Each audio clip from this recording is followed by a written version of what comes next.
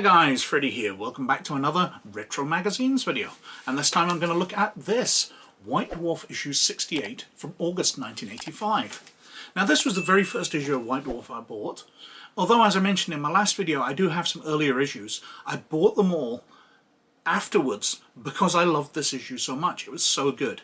So I'm going to really enjoy looking through this. It's going to bring back some memories for me. But this wasn't the video I planned on making this week. I'd actually planned on doing a Satanic Panic video, and I've been preparing for it for a few weeks.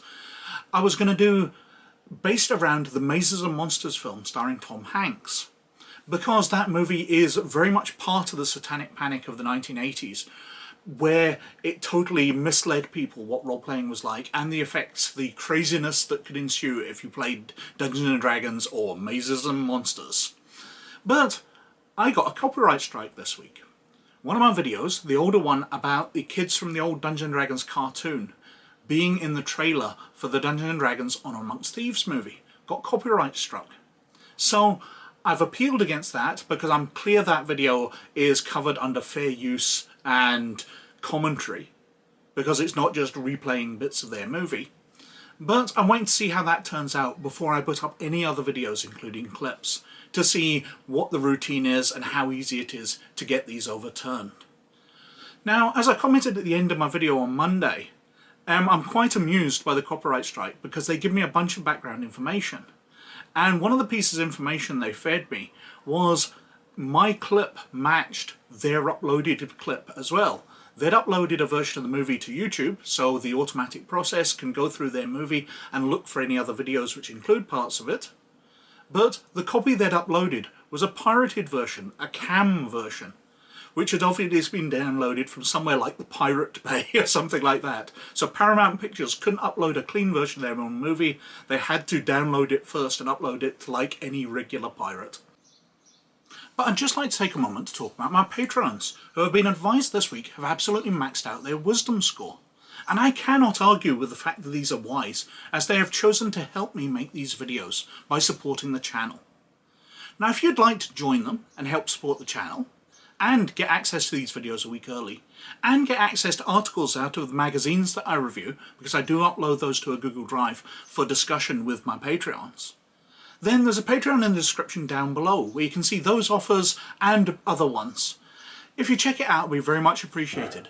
But anyway, let's have a look at White Dwarf issue 68. So, this is White Dwarf issue 68 from August 1985. And it's the first issue I ever picked up, as I said, and therefore is perhaps my most rickety issue. Because this issue has been heavily thumbed through. It's absolutely fantastic. Now, while all the role-playing magazines I've got have got me into different games over the years, this was the one which started my love for Traveller. I absolutely adore the game because there's a fantastic adventure in here. Although the Imagine magazine I covered a few weeks ago has a Traveller adventure in it, I was kind of torn between Traveller and Star Frontiers because that adventure was split between the two. But this is just for Traveller, and it seems so much more Star Wars in its style. But anyway, we'll come to that. Inside, we open up. We've got the best of White Dwarf Scenarios Volume 3. I believe I've got that somewhere. I think I've got 2 and 3, but it's possible I don't. Those ones were glue bound instead of stapled like most of the magazines. And the glue's gone off for the years, so there's a cover and a selection of pages. But they were absolutely fantastic. 5 complete role-playing adventures in one volume, including a complete AD&D city, Irulan, and scenarios for Call of Cthulhu, Traveller, and RuneQuest. Fantastic stuff. We've got the advert for Games Workshop Mail Order, Orcs Drift, a full campaign for Warhammer. That'd be Warhammer Battle rather than Warhammer Fantasy Roleplay. Legacy of Eagles, a Golden Heroes scenario. Call of Cthulhu itself, the AD&D battle system.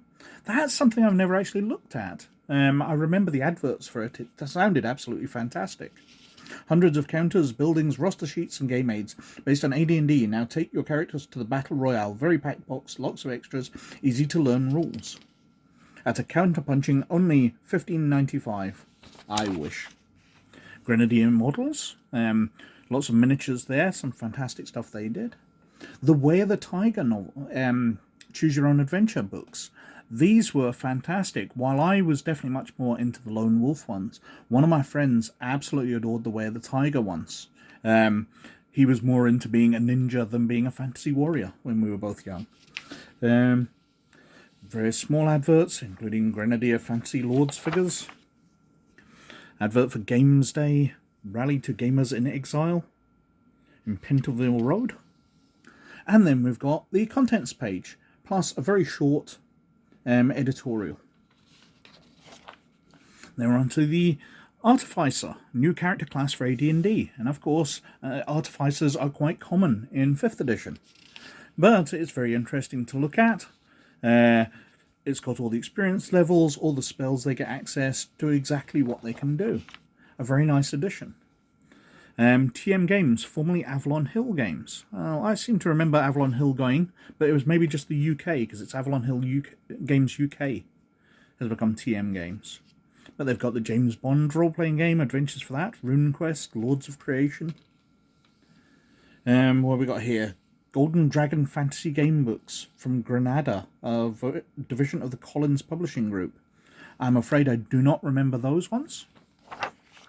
Then we've got the reviews. Bloodbath, Orcs Drift, Dragon Roar, role-playing game. I've got vague memories of that. Chaos, the game for the ZX Spectrum. That was absolutely fantastic. Me and my friends played that on until the late 90s. We would dig out a Spectrum and play that. Absolutely fabulous game. I believe they've done Lords of Chaos as a modern reboot of it, although I haven't played that. But the guy who later went on to make the XCOM game. Absolutely fantastic. Duel between 2 to 8 wizards, where they can summon up creatures or they can summon up illusions, which are just as powerful but far easier to summon. What we got? Legacy of Eagles, Twilight 2000, the first review for it. The Worlds of Boris Vallejo. Their ratings. We've got Critical Mass, Dave Langford's book review page. Some interesting stuff in there, but nothing that springs out as absolutely amazing. An advert for the TSR Conan role-playing game, which was on the back cover of the last one. Send Away for Miniatures. Uzod's Mother Crushers. Send Away to Citadel Miniatures. Free the Spirit. Crawling Chaos is a regular column for players of Call of Cthulhu. So, some different character types here, ideas. Useful additions to the Call of Cthulhu rules from the busy pen of Graham Davis. The continuing tale of Thrud the Destroyer, as we saw in the last issue where we're starting to gather the group. We've got Thrud himself fighting away on a pile of dead bodies, different bikers and things. And then we've got the Conan ripoff, who got cut down the middle and stitched back together, posing. What is so funny, I wonder? This is my both impressive posing routine. I don't think Arnie's got anything to worry about. More adverts for Grenadier Miniatures. Games of Liverpool. Then we've got Aquatic Adventures in AD&D by Peter Blanchard. Beneath the Waves. So we've got Hazards of the Environment. Starting off. Individual Adventures for Superheroes. Heroes and Villains and bi-monthly column about superhero gaming. An advert for Dragon Roar there. Subscription for White Dwarf. Various other small adverts. And then we've got Lone Dragon. Now this is the Traveller adventure I was talking about. This is where the players are hired by a free trader who turns out to be the ex-noble of a planet. And he takes his position as a noble, where the nobles are treated almost as gods, to go back once in a while with groups like the players and plunder the planet. But that is obviously against the rest of the nobility on that planet, so they end up getting caught. It's an absolutely fantastic scenario where the players can decide how cutthroat they're going to be, because obviously exploiting people. And it's also got a very nice starship here, the Lone Dragon of the name, a small trading vessel.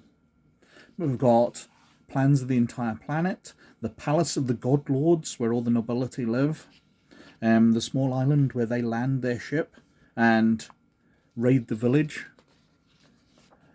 Fantastic stuff. including up to them getting raided by the nobility. We've got more adverts here, Lone Wolf Shadow of the Sand.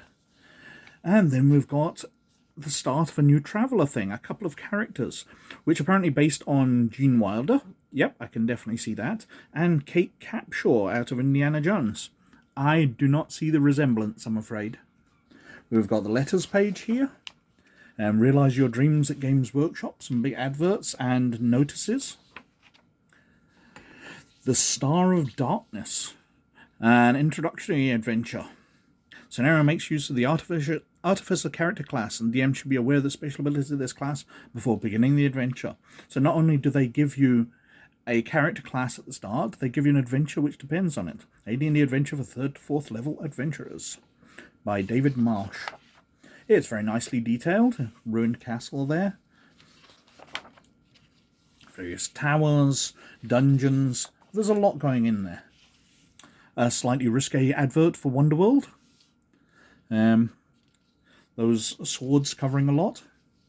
2 new board game releases from Middle-earth by Iron Crown Enterprises. Lonely Mountain and the Battle of the Five Armies. And we've got a section on different spells.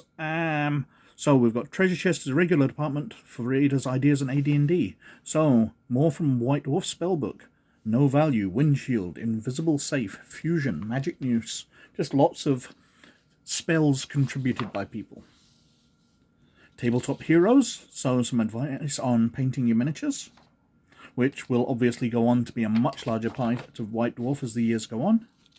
Some other adverts. Serious about games when the Virgin Games Centres, which is one of the first places I regularly shopped, because there was one right across the street from where I worked, so I could go into it every lunchtime and look through role-playing games. Oh, I wish those days were back. Lovely advert for GURPS there, coming this summer. Cartoon called Gobbledigook. I don't remember being a fan of that at all. Various pieces of news, which seems back to front. Most magazines these days have the news at the start. Even things like Arcane and all that would have the news up front, whereas White Dwarf hid his way towards the back of the magazine. Various small ads that the readers have sent in. Capital, Britain's most advanced computer-moderated play-by-mail game. Earthwood. The Barbarians. Games people play. Hero miniatures. Lots of small ads here. Orion, selling battle cars and battle bikes. Essex Fantasy. The miniatures look a bit crude by modern standards. As Devion Games, I think I commented on them before, they became absolutely massive in the UK as the major importers. Lots of other names here which are familiar. The Warlord Game Shop and Warlord 2, I do remember them being around for years. And then we've got a nice colour advert for Bloodbath Orcs Drift, the spectacular new scenario for Warhammer. Available now from all good game shops or direct from Citadel Miniatures. And on the back cover, we've got an advert for the Advanced Dungeons & Dragons battle system. Now, I love this issue because it got me into Traveller. That Lone Dragon adventure is fantastic, and the AD&D adventure is just so detailed, so much going on, so many ideas you can pick through. This is when role-playing magazines were fantastic, because they just stirred your imagination so much.